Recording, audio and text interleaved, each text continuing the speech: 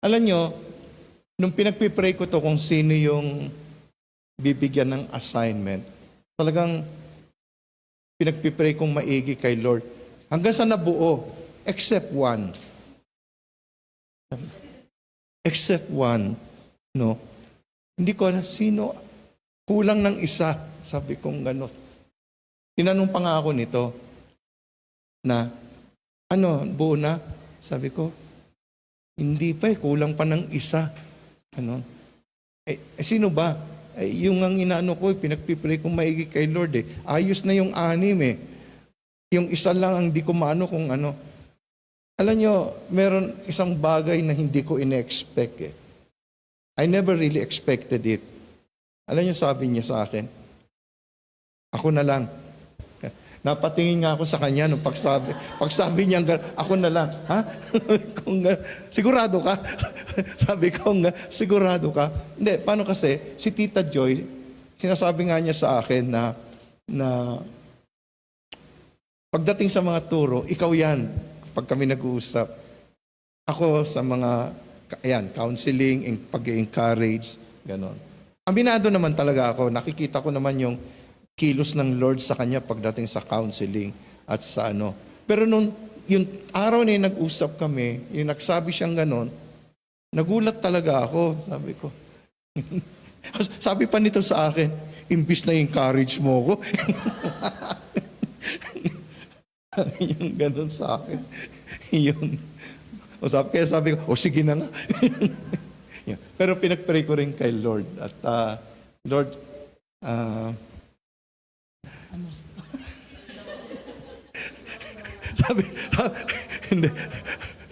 sabi ko kay Lord, I commend her spirit to you.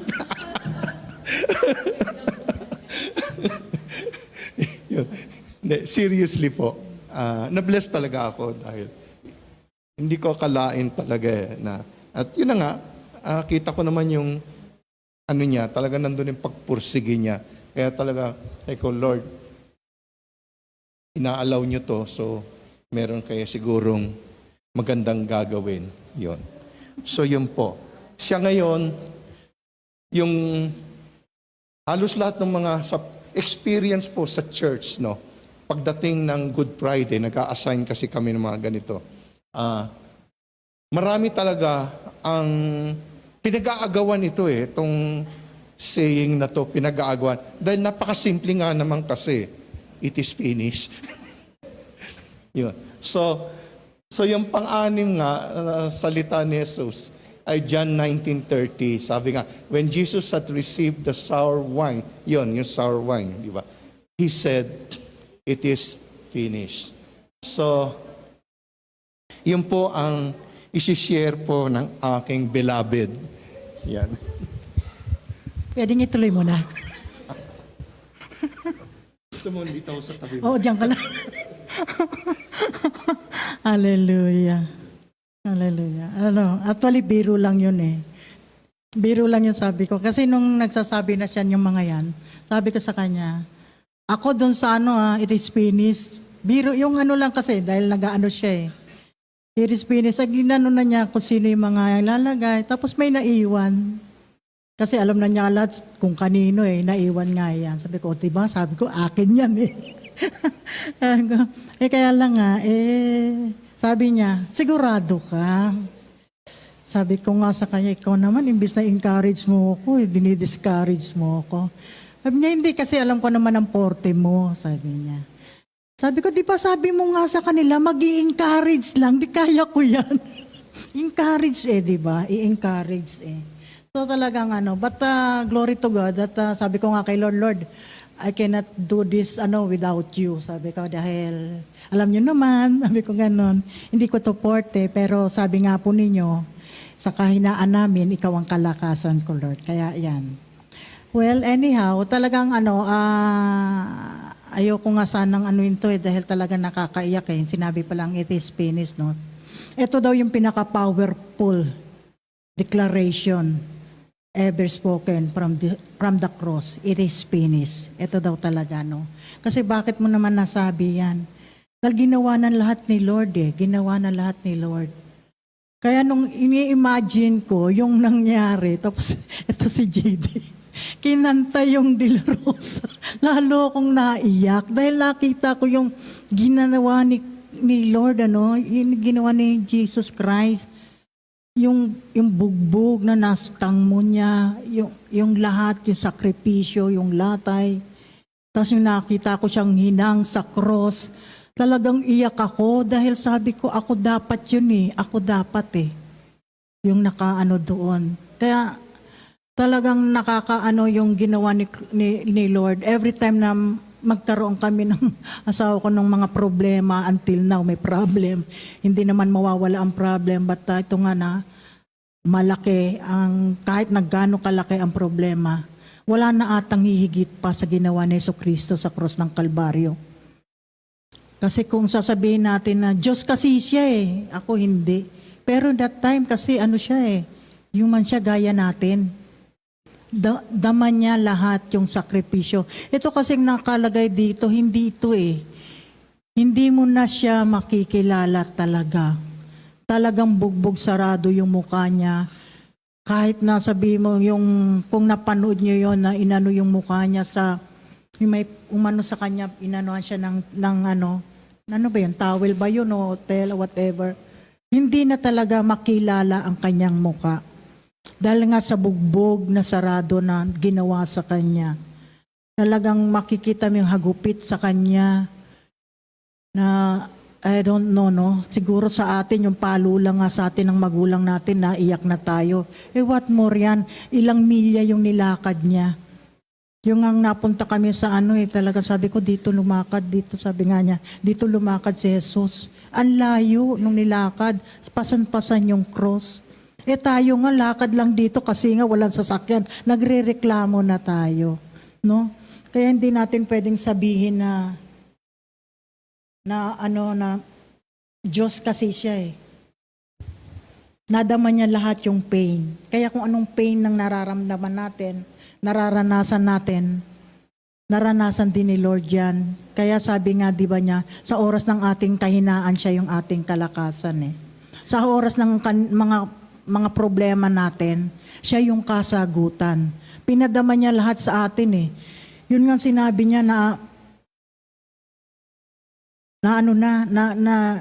natapos na, naibigay na, nabayaran na yung mga kasalanan natin, mga sakit, karamdaman natin. Dinala na niyan lahat eh.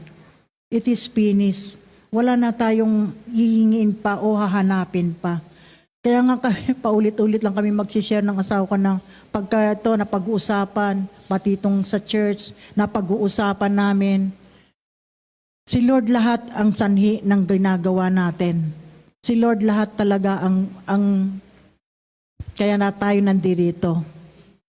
No, si Lord talaga lahat. Napulfill na niya yung redemption. Accomplish na lahat. Na-accomplish na niya. Yun, na-paid na niya yung natin, yung debt of humanity, yung sacrifice. Tapos na yun na nga ang maganda dito, nabuksan yung natin, yung way ng relasyon natin sa Lord. Nagkaroon ng katuparan, nagkaroon tayo ng connection sa Panginoon. Dahil nawala yung connection natin sa Lord eh.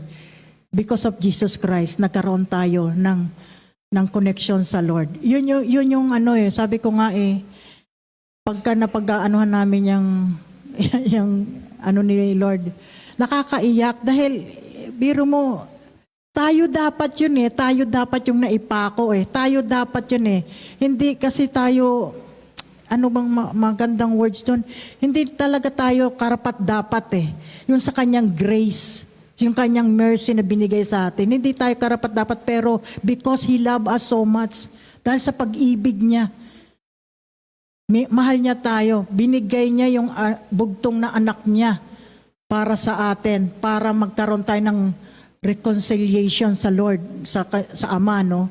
Yun yung ginamit niya. Ibinigay niya, kaya natin ibigay yung anak natin? Diba hindi? Si Lord lang ang makakagawa nun. Binigay niya yung kanyang bugtong na anak. Ang ganda ang ganda nung ang ganda talaga nung ginawa ni Lord. Kaya kanina yung kinanta natin, yung mga kinakanta natin, tama-tama dito sa na ito. Tinapos na lahat ni Jesus Christ sa cross ng Kalbaryo. Bagamat sabihin mo ng napakahirap, napakasakit ng mga naranasan ni Jesus para sa atin because doon niya pinakikita yung kanyang pag-ibig sa atin because He loves us. Wala nang higit pa sa pag-ibig ng Diyos. Kasi ang pag-ibig ng tao may hangganan pero ang pag-ibig ng Diyos never fail. Yun yung maganda ron. Never niya tayong tinignan, yung mga nagawa nating atraso, yung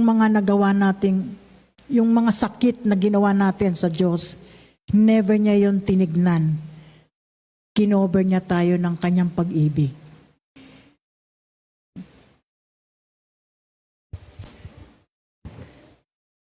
Yan. Naiyak na ako. Sabi ko, hindi ako iyak Kaya nga naglagay na nga ako Naiyak na ako.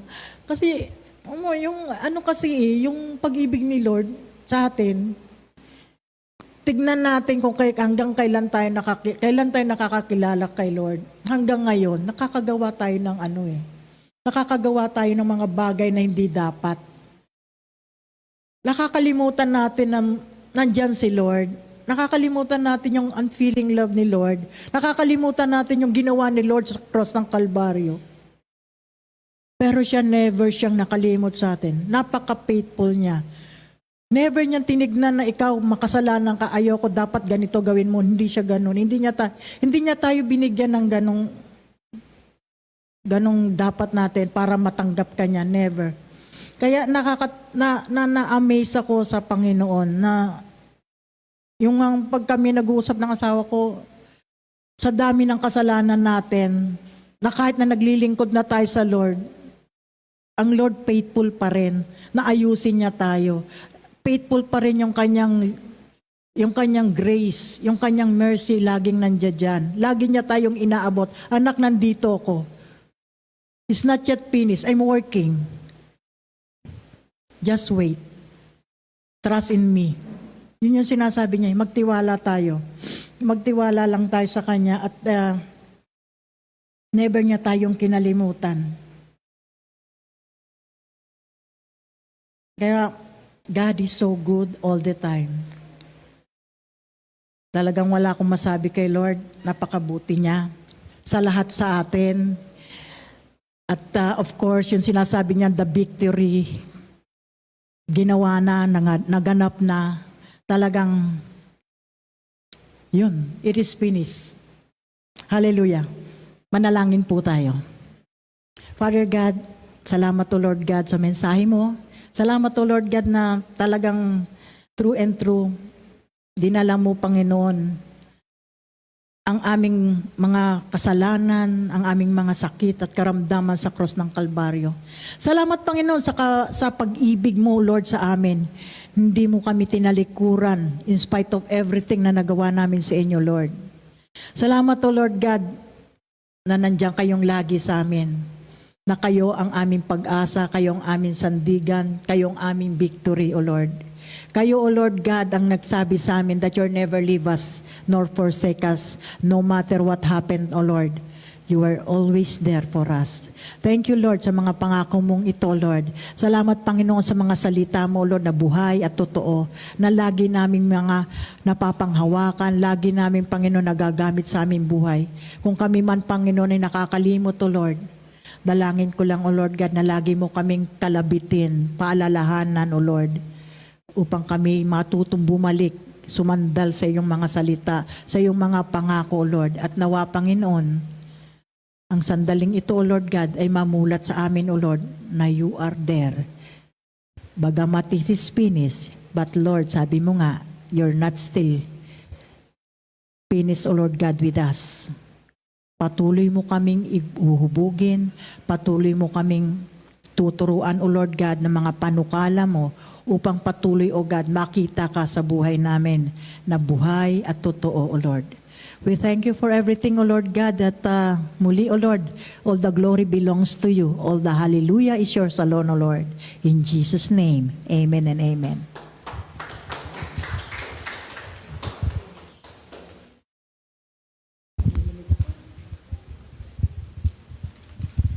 Amen. Hallelujah. Okay. It is finished. Tetelestai.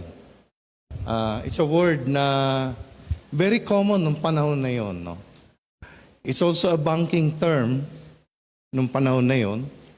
Pag nakabayad ka na sa utang, tatatakan na yung credit paper mo na may word na tetelestai, meaning paid in full, no? Kung ikaw naman ay isang bilanggo at natapos mo na yung sentence mo sa bilangguan at tapos na, malaya ka na, yung certificate of tatatakan nila, tetelestai, na ibig naman sabihin doon ay, yun na nga, complete or paid in full, ganon. So, it's a word na napakaganda, bagamat common, but napakaganda because talaga naman sa history ng redemptive plan ng Panginoon Diyos ay it is finished. Ibig sabihin, lahat ng ginawa ng Diyos, lahat ng plano ng Diyos, natapos na. Amen. Yung nabayaran na, yung dapat bayaran, yung mga utang sa ating dala ng ating pagkakasala, yun, nabayaran na. Kaya nga, sabi niya, it is finished. Yun. Pag naisip ko rin to, it reminded me na, usually kasi when we think about salvation, we think about yung binayaran ng Diyos yung kasalanan natin, nakatamo tayo ng kapatawaran, but alam ba niyo yung salvation, no? Hindi lamang dala ng kasalanan. Yung word na salvation or save nung panahon na yon, ibig sabihin nun ay kalayaan din. We were free from the bondage of slavery. Slavery from sin, slavery from yung ng kaaway, ng diablo, si Satanas. At hindi lamang din doon natatapos, kundi andun din yung salvation from like sickness. So, kaya nga sabi nga, by the stripes of Jesus, we were healed, no? Nandun yung kagalingan, hindi lang sa sakit at karamdaman, kundi any form of hurt. Yung nasaktan ka, yung puso mo nasaktan, yung loob mo nasaktan. God, nandun ang ng Lord. Kaya nga sabi din ni Jesus, it is finished. Because lahat ng yan, binayaran ko na. Para tayo matanggap natin yung biyaya ng Diyos nang hindi na natin kailangan bayaran pa. Amen? All we need to do is receive. I-receive natin. Yun. At hindi lamang yun, kundi nandun na yung bang dahil dyan, kakayanin na natin anuman ang pagsusubok. Amen. Hindi dahil sa malakas tayo, kundi dahil binayaran ni Jesus. Amen. Kaya nga si Jesus, nasabi nga niya sa Matthew, hindi ba? Sino man napapagal, come to me, and I will give you rest. Yun din ang sabi sa Hebrews. At hindi lamang din yan. Kaya naalala ko tuloy yung nangyari kay Paul. Kung natatandaan niyo yung I don't know if you've read that story, pero pinamagatan yung story yun, yung Paul's thorn in the flesh. Makikita natin yan sa 2 Corinthians chapter 12. No? Na nung time na yon, merong malaking problema si Pablo. No? Hindi naman binanggit sa Bible kung sino yon, pero basta sabi lang doon, a messenger of Satan was sent. No? At inuusig siya, sabi nga, he's being buffeted. The word buffet. Ibig sabihin, nandun, no? Talagang, buffet kasi means parang, ganun sinusuntok ka So, ganun. So, ang sabi ng iba, sakit daw yon na kinonect yun sa Galatians Doon may sinabi si Paul doon na sakit at karamdaman daw ni Pablo na may kinalaman sa kanyang paningin, yung mata, may problema siya sa mata. But the way it is written, yung word na yon sa 2 Corinthians, I believe walang kinalaman sa sakit It's more about a person, no? May situation na pinagdadaanan si Pablo. At iniyak niya kay Lord, no? Na ito ay tanggalin sa kanya yung sitwasyon na yon. Pero hindi siya sinasagot ni Lord.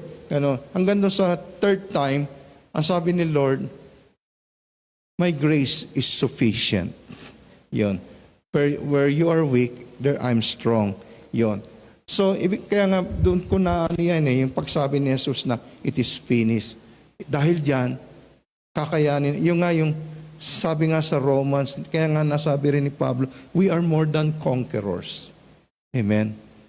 Yon. We are more than conquerors. Dahil, because it is finished, natapos na ni Jesus yung dapat tapusin. Sabi nga din ng asawa, the way is open now for us. Amen? Mas kaya anumang kapatid pinagdadaanan natin, the way is now open. Amen? Sabi nga, His grace is sufficient. Amen? Amen po. Kaya hindi na dapat tayo nag-worry anuman mga problemang pinagdadaanan natin. Because yun nga, tetelestai, pinagbayaran ni Jesus lahat. Amen po ba?